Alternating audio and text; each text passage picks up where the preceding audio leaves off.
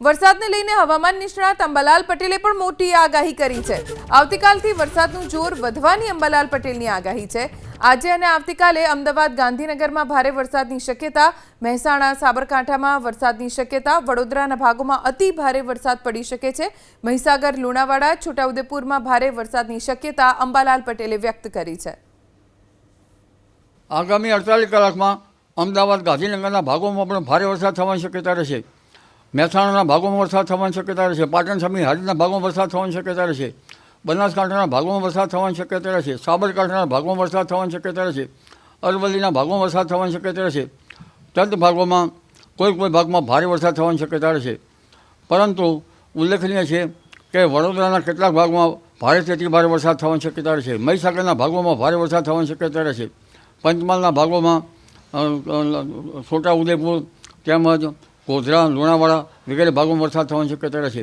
કોઈ ભાગમાં ભારે વરસાદ થવાની શક્યતા રહેશે। વડોદરાના સંલગ્ન ભાગોમાં ભારે વરસાદ થતાં વોકળા અથવા નાની નદીઓમાં પૂરની સ્થિતિ પણ બની શકે।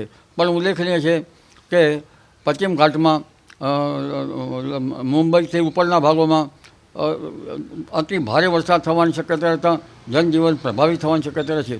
તદ ભાગોમાં અનરાધાર વરસાદ થવાની શક્યતા રહેશે અને નદીઓમાં પૂરની સ્થિતિ પણ રહી શકે છે।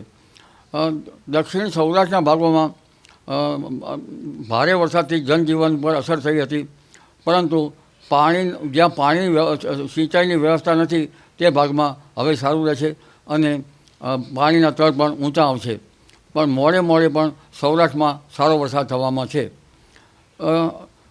હજુ પણ લગભગ દક્ષિણ સૌરાષ્ટ્રના ભાગોમાં, અમરેલી, ભાવનગરના ભાગોમાં અને સૌરાષ્ટ્રના ભાગોમાં વરસાદ થવાની શક્યતા રહેશે।